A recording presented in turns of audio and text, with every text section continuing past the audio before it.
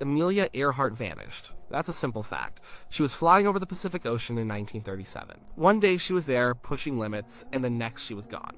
Just like that. It's a story we all know, or think we know. It's a mystery. A big one. But what if things were different? What if she had a GPS tracker? A small box just sending out her location. Could that have changed everything?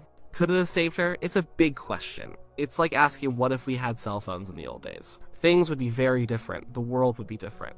And for Amelia, her story might not be a mystery at all. Let's think about that. Let's really dig into it. First, we need to understand what happened. Or what we think happened. Amelia Earhart was on her second attempt to fly around the world. She had navigator Fred Noonan with her. Their plane was a Lockheed Electra 10E. A good plane for its time. They were getting near the end of the journey. Their next stop was Howland Island. It's a tiny speck in the middle of the Pacific. Really tiny, like trying to hit a golf ball on another planet. They were flying for a long time, over thousands of miles of open water. Navigation then was hard. Really hard. They used something called dead reckoning. That means you calculate your position based on your last known position. You use your speed, the direction you're flying, and how long you've been flying. But currents, winds, and human error can mess that up fast. A small mistake early on becomes a huge error over thousands of miles. They also use celestial navigation. That means looking at the sun, moon, and stars. You use special tools to measure their angle above the horizon. Then you do some math. It tells you where you are, but you need to see the sky clearly. If it's cloudy, you're out of luck. This takes time. You can't get a constant update. It's a snapshot. Radio was another tool. They had a radio. They were trying to talk to the USCGC Itasca. That was a Coast Guard ship waiting for them at Howland Island. The Itasca had a radio direction finder. It could try to pick up their signal and tell them what direction it was coming from.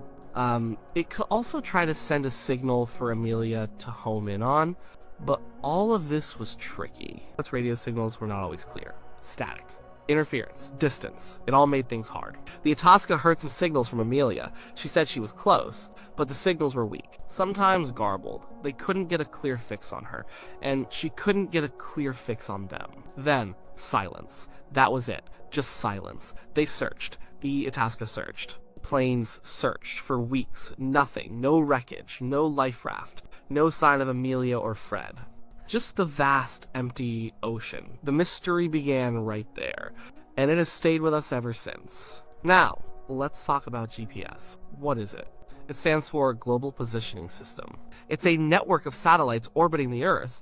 These satellites constantly send out signals. A GPS receiver on the ground or in a plane or in your car picks up these signals. It needs to get signals from at least 4 satellites. By figuring out how long it took for the signals to reach it from each satellite, the receiver can calculate its exact position. It's really clever. It gives you coordinates, latitude and longitude, very precise numbers. It can tell you where you are to within a few feet, sometimes even closer, and it does this constantly. In real time, as you move, your position updates. When did GPS come along? Not in 1937. Not even close. GPS was actually developed by the United States military. It started getting built up in the 1970s. It wasn't fully operational until the 1990s, and it wasn't made available to civilians without restrictions until 2000. So it's modern technology, very modern compared to Amelia's time, but we are playing a what-if game. Let's imagine a working GPS receiver, just as good as one we have today, could have been put on Amelia's plane in 1937. A small box, powered by the plane's electrical system, maybe with a backup battery. And it's not just receiving signals, it's also sending her location data, like a beacon. A constant real-time beacon. How would that change things? First, navigation. And Amelia and Fred would not have needed to rely on dead reckoning or celestial navigation as much. They wouldn't have had to guess, they would have known their exact position at all times. They could see their latitude and longitude on a screen. They would know exactly how far they were from Howland Island, and in what direction. The stress of finding that tiny island would have been greatly reduced. Instead of trying to find a needle in a haystack with a blindfold on, they would have had a map showing their current position and the needle.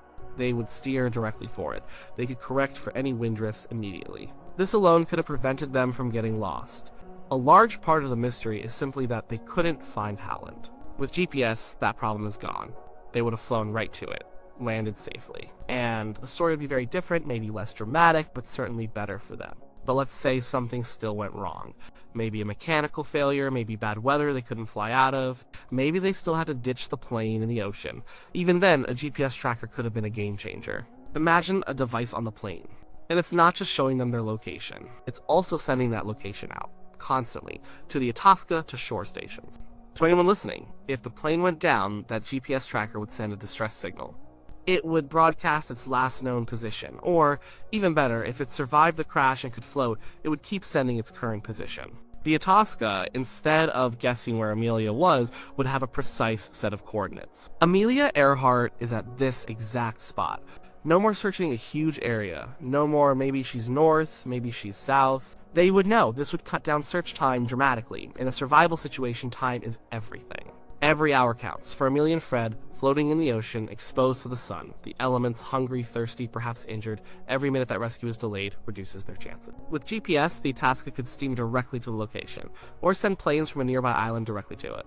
The search would become a rescue, not a wild goose chase. Think about the sheer scale of the Pacific Ocean. It's immense. Hundreds of millions of square miles. Finding a small plane, or 2 people in a life raft, in that kind of area without a precise location is almost impossible. And it was impossible for them. But with GPS, that vastness shrinks. It becomes a specific point on a map. A point that rescue teams can target. Of course, there are some what-ifs, even with GPS. What if the GPS tracker broke on impact? If the plane hit the water hard, it's possible. The device could be damaged. Or if it's submerged, the signal might not get through the water. Modern distress beacons, called ELTs, emergency locator transmitters, or PLBs, personal locator beacons, are designed to be robust. Many float. Some activate automatically on impact or when submerged. If we imagine a 1937 GPS tracker with modern design principles, it would be tough. It would be waterproof, it would float. What about power? A GPS receiver needs power. Sending a signal takes power. The plane's electrical system could power it during the flight. But if the plane ditched, a separate battery would be needed. How long would that battery last? Hours? Days. A modern PLB battery can last for days, sometimes weeks, sending signals.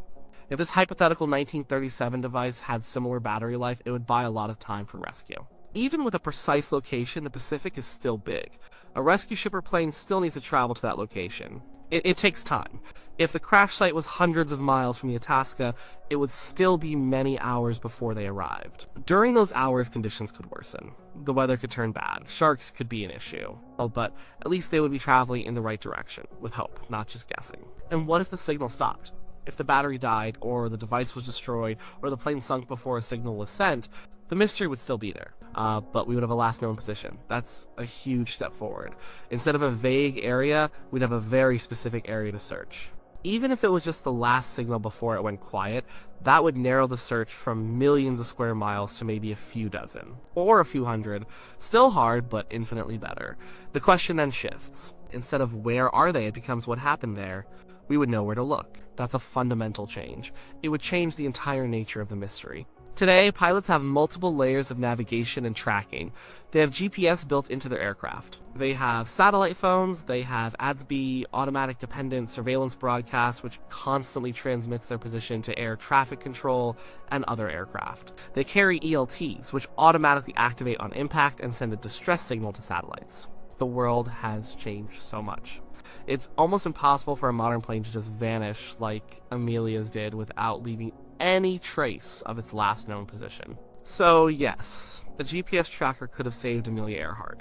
It's not a guarantee, because flying is always risky. Mechanical failures happen. Bad weather can overcome even the best technology, but it would have drastically improved her chances.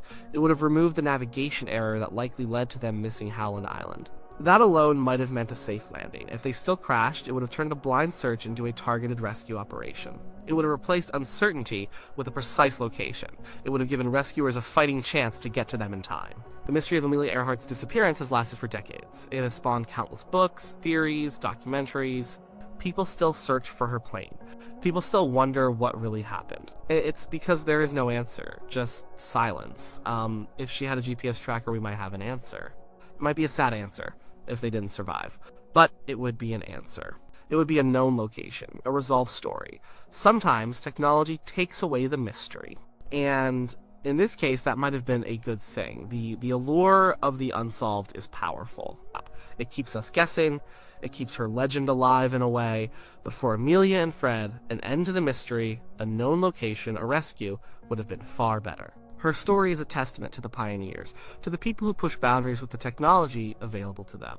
They were brave, they took huge risks, and sometimes those risks didn't pay off. Her story also reminds us how far technology has come, how we now take for granted things like knowing exactly where we are on the planet all the time, how we can track things constantly, how search and rescue operations are so much more sophisticated. We can look back and see the limitations of 1937, the frail radio signals, the guesswork of navigation, the immense, unforgiving ocean, and then we can imagine the simple fix, the small box that could have changed everything. A GPS tracker. It's a powerful thought. It makes you realize how fragile pioneering efforts can be and how much modern technology protects us from the unknown. So, to answer the question, could a GPS tracker have saved Amelia Earhart? Yes, it very likely could have. It wouldn't have just changed a flight path. It would have changed history. It would have changed a legend. It would have replaced a mystery with a destination. Either a safe arrival or a known resting place. And for those who cared about her, that would have been an immeasurable gift. The mystery remains because the technology didn't exist. If it had, her story might be one of triumph or tragedy with a known ending. Not an eternal question mark hanging over the Pacific, it's a stark reminder of the thin line between pushing limits and disappearing into the unknown. A line that modern technology, for many, has made a little bit safer, a little bit clearer. When we think about Amelia Earhart, we often think about the courage. We think about the ambition. And we think about the mystery, but maybe, just maybe, if a few satellites had been orbiting the Earth in 1937, her story would be just about the courage and the ambition and a successful landing. That's a good thought to hold on to. That's what technology can do. It can bring clarity. It can save lives. It can turn the unknown into the known. It could have done that for Amelia Earhart. Her disappearance taught us a lot. It showed us the absolute need for better navigation and communication. It pushed people to develop better tools like GPS, tools that now guide planes, ships, and even our cars every single day. So, in a strange way, her story, the unsolved mystery, also paved the way for the very technology that might have saved her. That's a real paradox. A sad one, but a real one. The lessons learned from her flight and its end helped make flying safer for everyone who came after. And that's something. That's a legacy, even if it came at an incredibly high price.